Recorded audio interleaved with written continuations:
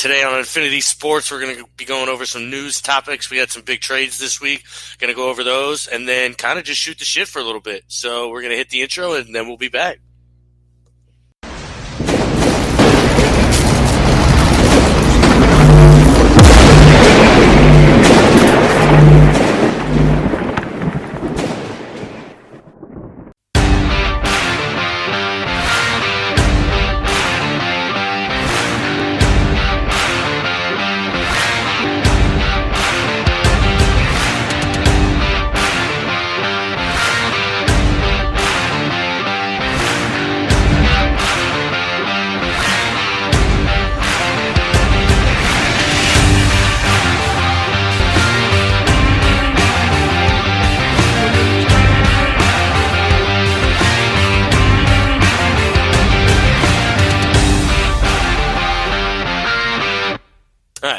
Welcome back to Infinity Sports. It's G Sully. How we living, guys? I'm here with Wayne G as always. We appreciate you. How you living, Wayne? I'm doing pretty good. I love riding shotgun. It's my favorite. Is it? I'm not gonna lie. I don't love it. So don't forget to like, subscribe. We're on YouTube now to check out all the videos. That's our main platform now. So please like, subscribe. It helps us out a lot. Gets us to be able to produce better content for you guys. So find us on Infinity Sports Facebook, Infinity Sports on Instagram, and Sports Infinity 5 on Twitter. Yep. There we go. We got all of them. We're on iTunes. We're on Stitcher. We're on Spotify if you do want to listen to us. However, when you watch us, you get to see my beautiful face. You do have to deal with looking at Wayne for a little while, but at least we don't have Jesse on anymore to stare at, right? I did put on some really cool graphics, though, so you get to see all those. That's true. You do get to see the great graphics. Jesse, I love you, dog. I'm just messing with you.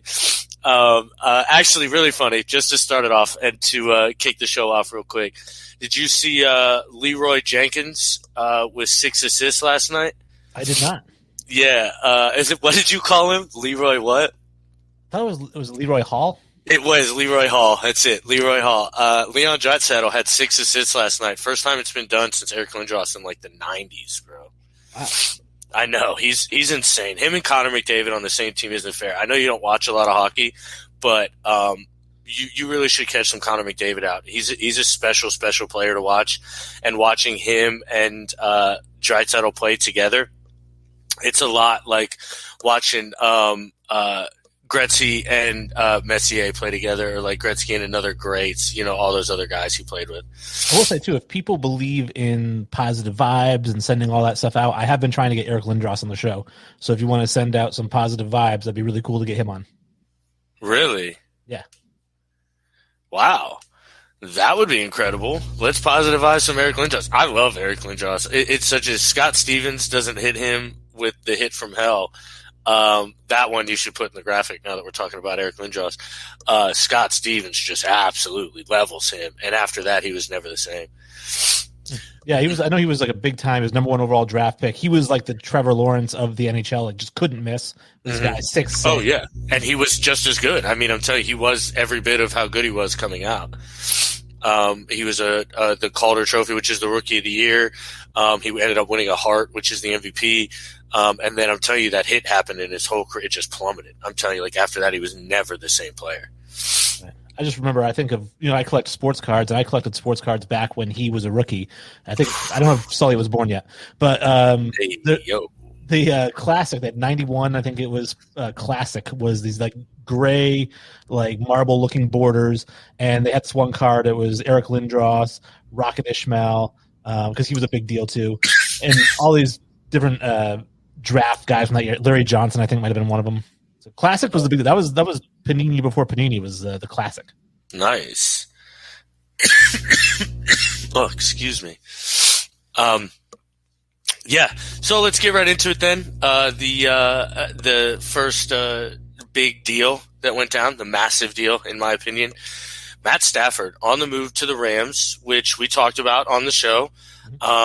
We talked about what the Rams might have to, or what the Lions might have to give up, and the Lions would probably have to give up Matthew Stafford in a first, probably. We didn't think it would be number 3 because that was too high. Well, turns out we were way wrong. The Rams send over Jared Goff, this year's third-round pick, next year's first-round pick, and the year after that's first-round pick for just Matthew Stafford. Yep. What? Crazy. What happened? What? How? What? Did Matthew Stafford turn into the best quarterback in the league and I didn't know it? No, well, it blew my mind because we talked about it, and I thought for sure because Goff is younger and he's got the contract that's a little bit longer, you'd have more control over him. And it's the 6th annual value contract of the year of anybody's. That's, I think, the big kicker. 6th in AAV. So, and here's the funny thing, though, because it's really, I think about it two ways. When I first heard it, I said, man, like they gave up a ton to get Matt Stafford. Like, I don't understand this at all. And then I also said, I think the Rams are the NFC favorites next year because of this trade. I do too. I mean, which is weird to think. I mean, if they get if they can shore up that offensive line in free agency, especially, they're going to be scary good. I mean, their defense is elite. It's arguably the best defense in the league. I mean, Aaron Donald and Jalen Ramsey just are two of the scariest combos at positions that, are important in the NFL. Their offense is very good. They run the football very well. Cam Akers looks like he's going to come and be an extremely productive back. And then their trio of wide receivers are extremely talented. I don't know. I think I don't know if they're the favorite. I think they're one of the favorites. But again, I still think they gave up too much, in my opinion. I don't know. And I look at, Cooper Kupp, Robert Woods, Tyler Higbee. He's got a lot of weapons to throw to, which he did not have in Detroit. And I love Kenny Galladay. I really do like him. But he's like a number 2. He's a really good number 2. And I feel like going to the Rams, I mean, he just got so many weapons to throw to. I think this could be his best. If he stays healthy for the whole year, that's always been the big question with that, right? If he can stay healthy the whole year, I think we're looking at 5,000 yards and probably 40 touchdowns. See, I don't know if I would go that high because I don't think that's the offense they want to run. I think they want to run the football a little more than that. But I do think this team wins 12 to 13 ball games if everything stays, how it should and how we think it should. I also think Kenny Galladay is the best receiver on the Rams the day he walks into the Rams football team. So I think Kenny Galladay is easily a top 20 wide receiver in this league. I think he's probably a top 15 wide receiver. And you don't think Cooper Kupp and Robert Woods are? Cooper Kupp had 100 receptions like the last 2 years. Yeah, but again, I think that's like saying Julian Edelman or Wes Welker were top 15 wide receivers in the league or 12. I think it's more the system that they play in, I think. I think Cooper Kupp and Robert Woods are both incredibly phenomenal. I just was giving them tons of praise. I think they're incredible. I will not take anything away from them, especially what they do well. They do extremely well, especially in that Sean McVay system. I just think Kenny Galladay is I really do think he's a true star, number 1. I think he's a great player. But, I mean, that's besides the point. Now, Detroit, I mean, they make out like bandits. How does this team now, do they take a quarterback at 3 still? I mean, I have them, or they're 5 or 6, sorry. Somewhere down there, yeah. I had them taking Zach Wilson, I believe. Man, I don't think there's any way they take a quarterback now, is there?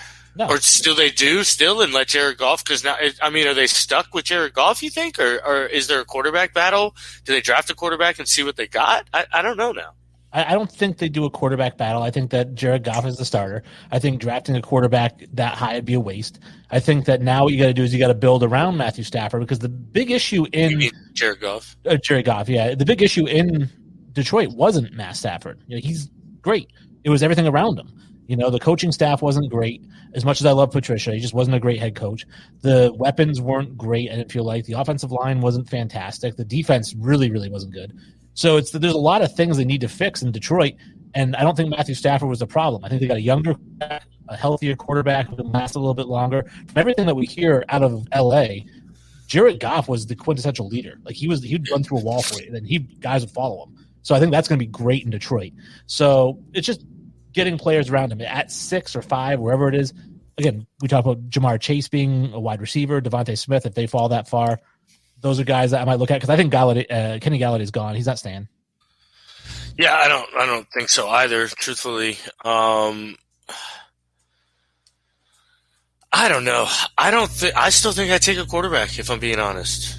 Just a waste. I don't think it's a waste. Again, I don't. I truthfully believe it all depends on their, belief in Jared Goff and if they think he is, has the ability to actually lead this team. I mean, are you trying to be just good enough, or are you trying to win a Super Bowl? So I don't know. I think Jared Goff, if we think Matt Stafford was the difference maker and Jared Goff wasn't, then I mean, clearly Jared Goff's not good enough to win a Super Bowl. You know what I mean? So I don't know. I truthfully don't know. I think Jared Goff has a ton of talent. I think he's a really good quarterback. I like him a lot. I think it's a waste to take a quarterback here because I do think Jared Goff is your quarterback for the next 3 years. I don't think any of the quarterbacks who are going to be available put you in a better position than Jared Goff does. Again, it depends on how the Lions evaluate those guys and how they evaluate him. But my evaluation is that Jared Goff is better than anybody that's going to be available at 6 in that position, and that they should really look at more skill positions, maybe an edge, a corner, something, but not a quarterback. Again, the issue is at 6. Like, there's just not that much there. We had this discussion ad nauseum. Honestly, I'm going to bring it up. About what the Jets should do, and should they keep the pick and take a quarterback, take the best defensive player available, take the best offensive player available, or trade down. The huge, overwhelming favorite is trade down right now. That's a smart play. It's not. It's the smart play is to take your quarterback, because when are you going to get a chance to take an elite quarterback again? Next year? Well, if your strategy is to just continue to try and build and never actually have to take a quarterback, then what the fuck are you doing? Like, yeah. I don't know. I should have cussed. 4 years ago, they took a number 3 pick who many considered the best quarterback in the draft when he was in college. He was phenomenal. Cover of Sports Illustrated. This guy was elite. Didn't have a great junior year, and he ends up going 3rd in the draft. If he had a good junior year, he goes 1st. So uber talented quarterback they have now. The problem is he's been under Adam Gase. So you see how he does for a year under Robert Saleh. And if he does good, great. I'm glad you stuck with him. Because Robert Saleh's a pretty incredible offensive mind, right? No, because he's not Adam Gase. Oh, okay. Who wasn't a pretty credible offensive mind. No, all rights. I know he wasn't. I'm just saying, I'm saying that the difference is between maybe Robert he's just Saleh, not a good quarterback. Well, Saleh is a hands-off offensive guy. Like, he's going to focus on the defense, like Bill Belichick. Bill Belichick's never really hands-off on anything. But he does let his offensive guys run the offense, and he's more defense-oriented. Saleh is the same thing. So Adam Gase tried to be involved with Darnold, and I think he hurt him. And Adam Gase hurts every quarterback he tries to be involved with. So having a hands-off head coach is going to be a benefit to Darnold. I mean, we'll see. I don't know. I love Darnold. I was probably his biggest fan coming out of the draft. I don't see it.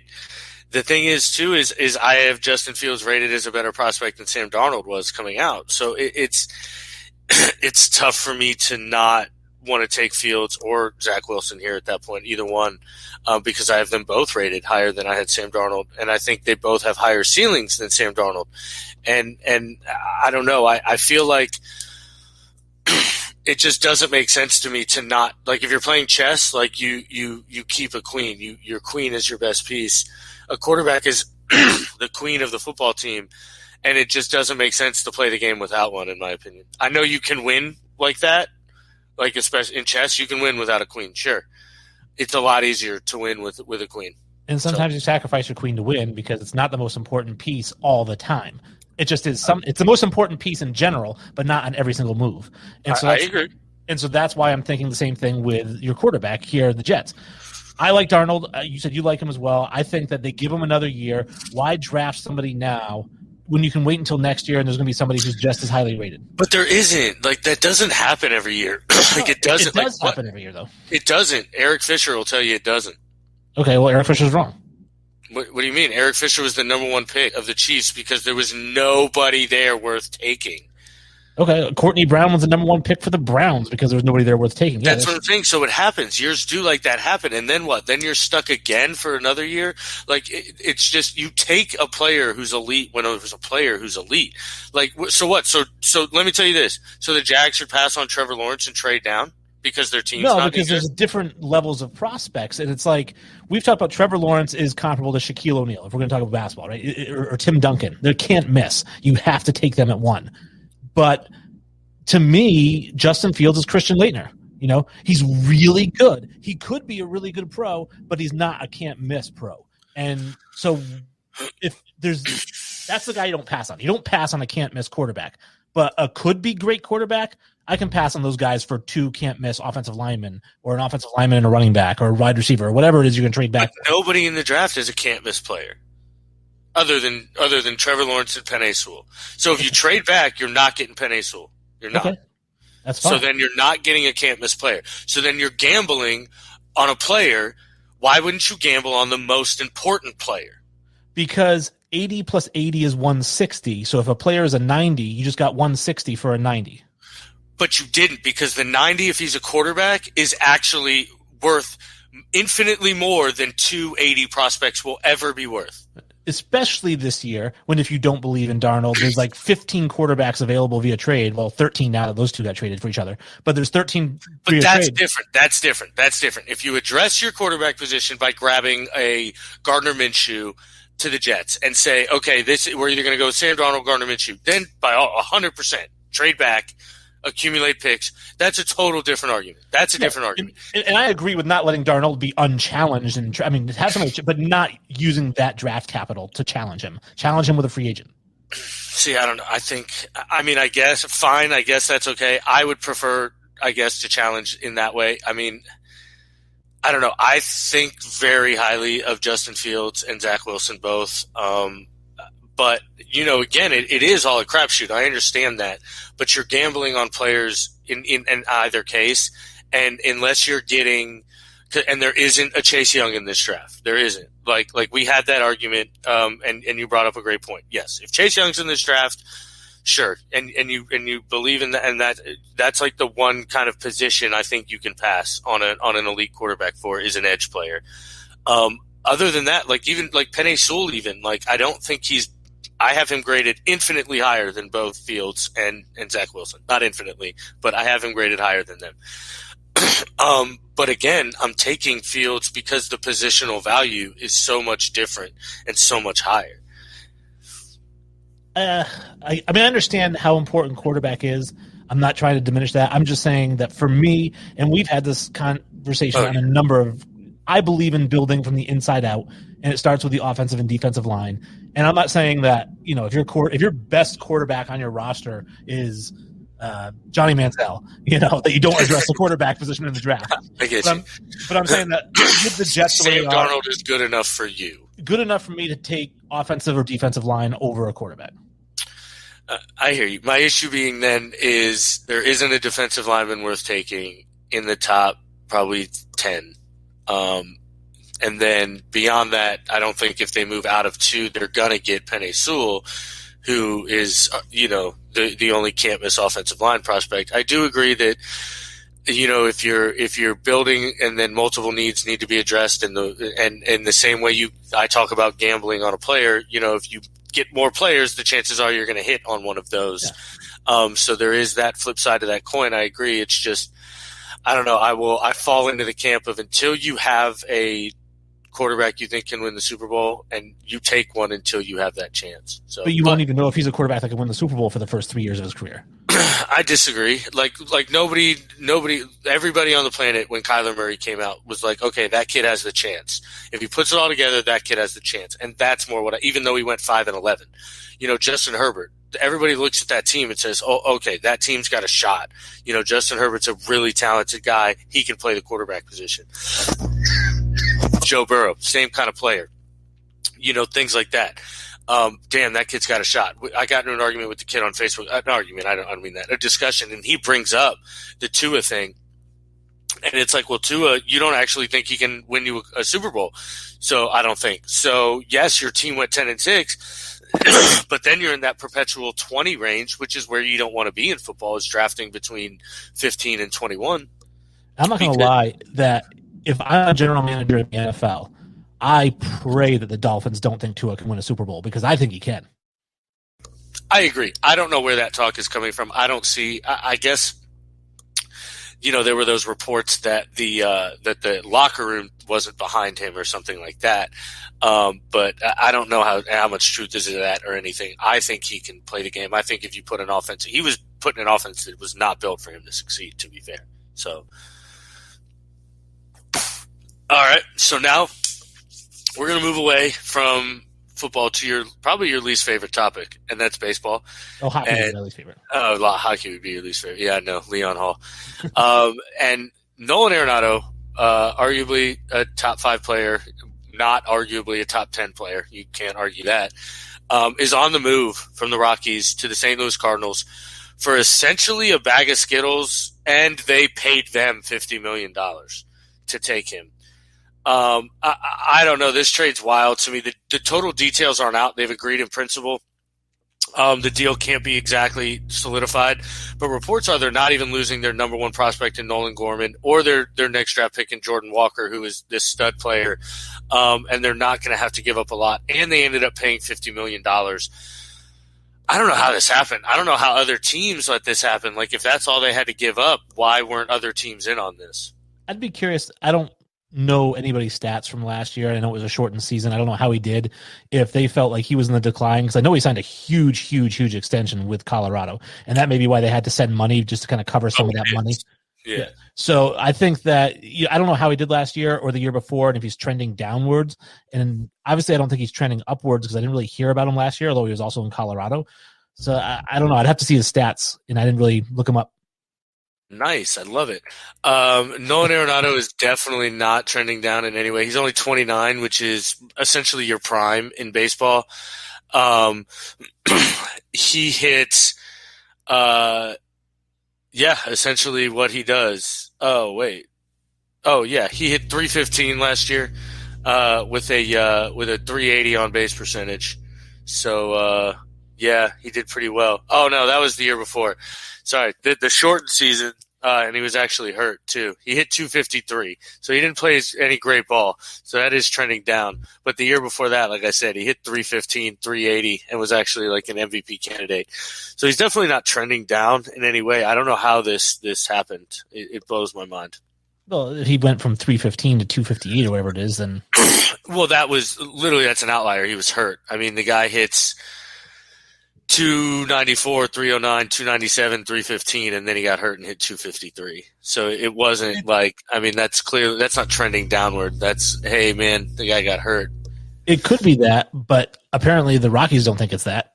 I don't know if it's that. He wanted out. He said, I'm not playing for you. Like, get me out of here immediately. I think it was more they wanted him out, and he wanted out more than anything. But regardless of the fact, it's wild to me. So. Yeah, I am surprised. Like you said, what did the other teams offer, or what do they think about this? Especially because the Cardinals, great baseball town. Everyone always says is an awesome baseball town. But, I mean, really, like a team like the Dodgers, the Padres, who are just going all in this year, they didn't – I don't know. All these teams with big money, the Yankees, nobody offered more than, a couple lower prospects. That's what I can't seem to figure out. Now, I know they've been in negotiations for quite some time. So maybe it was just kind of, hey, we were in negotiations with you. I don't know how that works. But I can't believe it. It doesn't make any sense to me. But hey, good for the Cardinals. They got a steal. So, and then good for you. Dustin Pedroia finally retired. Oh my goodness. After his 27-year contract finally came to an end. It's insane to me, dude.